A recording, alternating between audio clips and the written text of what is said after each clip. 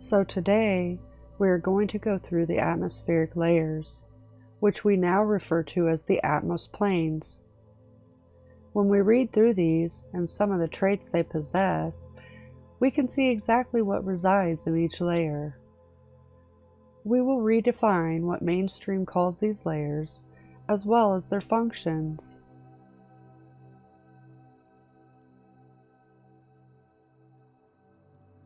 Layer 1, the tropoplane, which is about 6 to 7.5 miles high, or 32,000 to 39,000 feet. The word tropoplane is derived from the Greek tropos, meaning turn towards, and change, reflecting the fact that rotational turbulent mixing plays an important role in the tropoplane's structure and behavior. Most of the phenomena associated with our day-to-day weather occurs in the tropoplanes. It is heated from below by latent heat, which is heat required to convert a solid into a liquid such as water to vapor, by long-wave radiation, which is electromagnetic radiation emitted from the Earth, and from sensible heat, which is similar to a coil on a stove.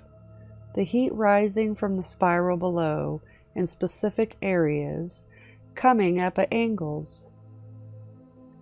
You're going to find that everything mainstream talks about is wandering off into half-truths. The sensible heat they refer to is coming from the cones of the halos or the accelerators. In this first layer, we not only find our daily weather and clouds, but also hot air balloons, and this is where tornadoes are produced. These are more than likely produced by the halos that have been identified as the lunar wave.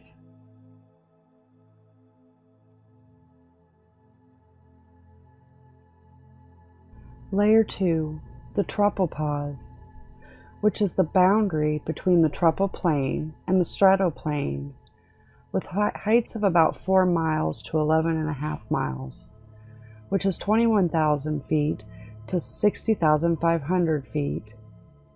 In this layer, we find aircraft travel. Measuring the temperature change through the tropoplane and the stratoplane identifies the locations of the tropopause. In the tropoplane, the temperatures decrease with altitude. In the stratoplane, however, the temperature remains constant for a while and then increases with altitude. This layer is the coldest layer of the atmosplanes, where lapse rate changes from positive in the tropoplane to negative in the stratoplane. Thus, the tropopause is an inversion layer, and there is little mixing between the layers here. An inversion layer is a gas of electrons or holes formed at a surface by an electric field. This stems from the two-dimensional nature of the electron gas imposed by the surface potential well and the direct electrical control of the carrier concentration and Fermi energy. At low temperatures, the inversion layer is electrically decoupled from the bulk and possesses considerable advantages for the investigation of transport phenomena. This is likely where the majority of the ice particles reside. This layer is allowing it to be an equilibrium layer, a neutralized layer where no mixing occurs.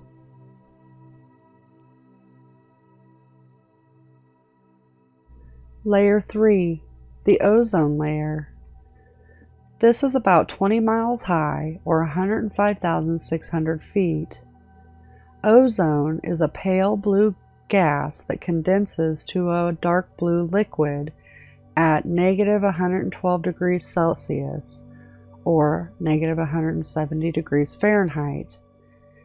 And finally, a violet black solid at negative 193 degrees Celsius, or negative 315 degrees Fahrenheit. Ozone alone explains the blue color of the sky. Ozone is a pale blue gas, but in the lower stratus plane, where ozone layer is situated, and where it is very cold, it's probably a deep blue liquid. The dust and other particles in the troposplane dilutes this deep blue, and thus we see a light blue sky. As night comes and it gets colder without the sun, we get our violet-black color to the sky. This light layer is likely where ice particles reside also. This layer is absorbing the biologically harmful radiation from the luminaries, which can cause cataracts, immune system suppression, genetic DNA damage, and can result in such problems such as skin cancer.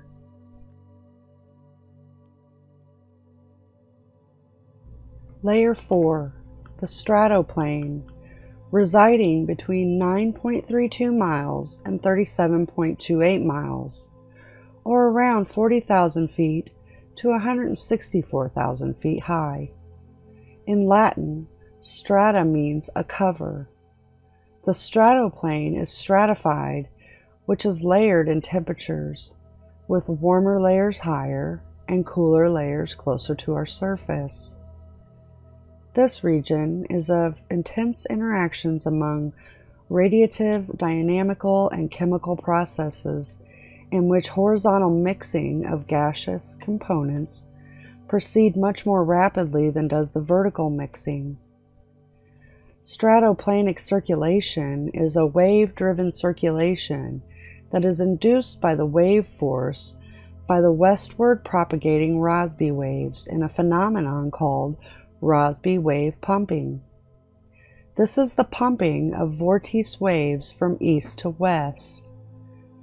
This layer has a blanketing effect, also referred to line blanketing, which is the enhancement of the red or infrared regions of the spectrum. In this layer, the moon resides and is pushed with this east to west waveform and interacting with the red wave, giving us our eclipses. This red wave is known as Ketu by ancient knowledge.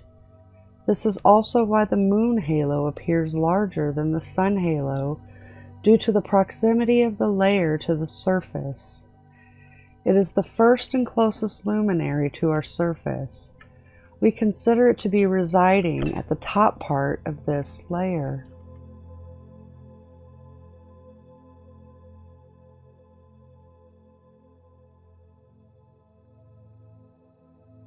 Layer 5, the stratopause, resides 31 to 34 miles, or around 169,000 feet high. This is the region where maximum temperature occurs at the top of the stratopause. These pause layers are layers that reside in between halo activity above and below, and forces this layer to neutralize. These are neutral layers which have canceled the opposing forces from above and below out.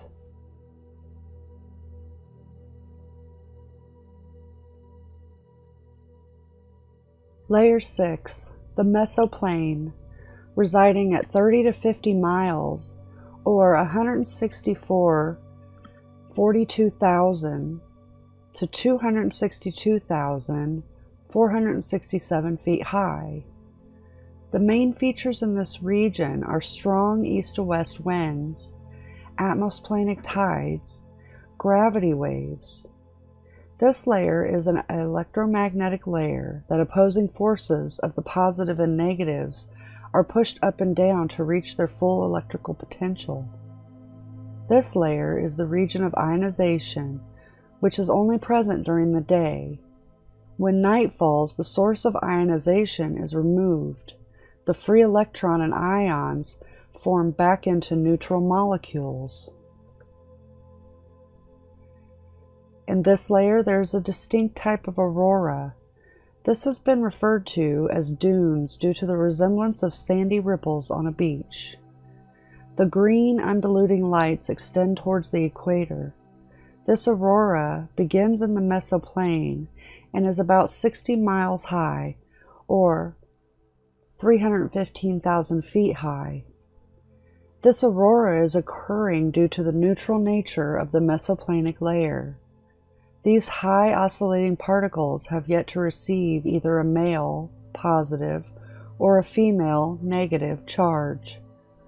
Walter Russell would refer to this as a bisexual line in nature. In this layer, we also have the red sprites and the blue jets, which are electrical discharges. Again, the separation of the spectrum shows us the neutral nature of the particles in this layer.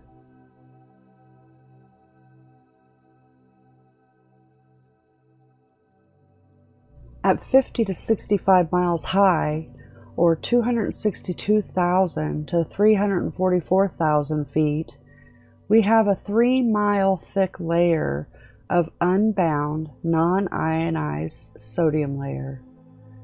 This layer radiates weakly to contribute to what is called the air glow.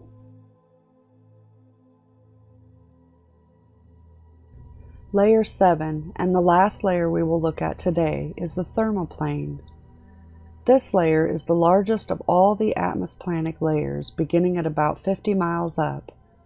This runs from 262,467 feet through 1,600,000 feet high, and can reach temperatures of 4,500 degrees Fahrenheit, which is 2,482 degrees Celsius. Taking its name from the Greek thermos, meaning heat, and if we recall from past information I have spoken about, heat is simply how fast the energy particles are oscillating.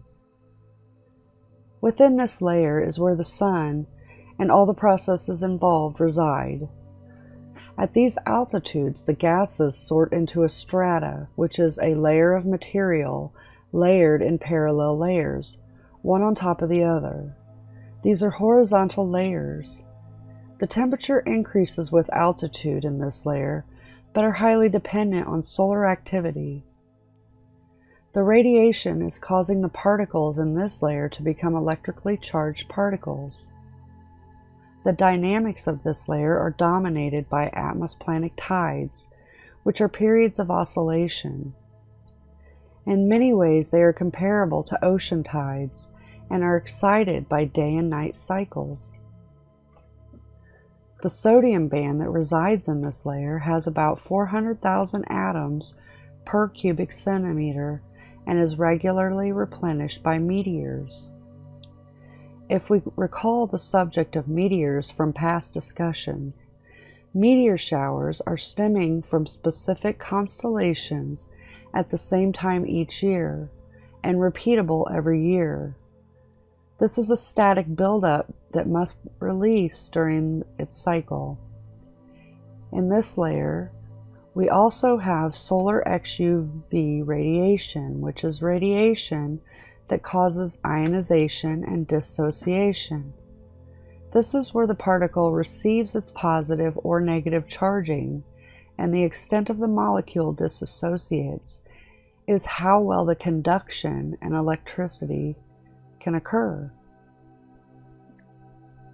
This solar radiation maximizes at the equator during the equinox and has a 27-day cycle of solar activity as well as an 11-year cycle. Another function in this layer is the solar wind. This mechanism is where geomagnetic field lines are essentially vertically directed. An electric field is generated and directed from dawn to dusk. So obviously nothing is to scale here. This is just to show you how we perceive the layers working. These are restricted to layers in cubes. The spheres that mainstream refer to may come from the star halos. The inner one was identified as Noah in our End Times Revelations 2.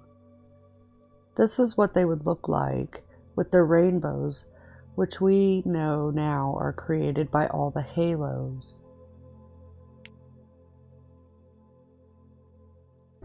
We hope you can see how ridiculous it is for aircraft to fly over a spherical, rotating world.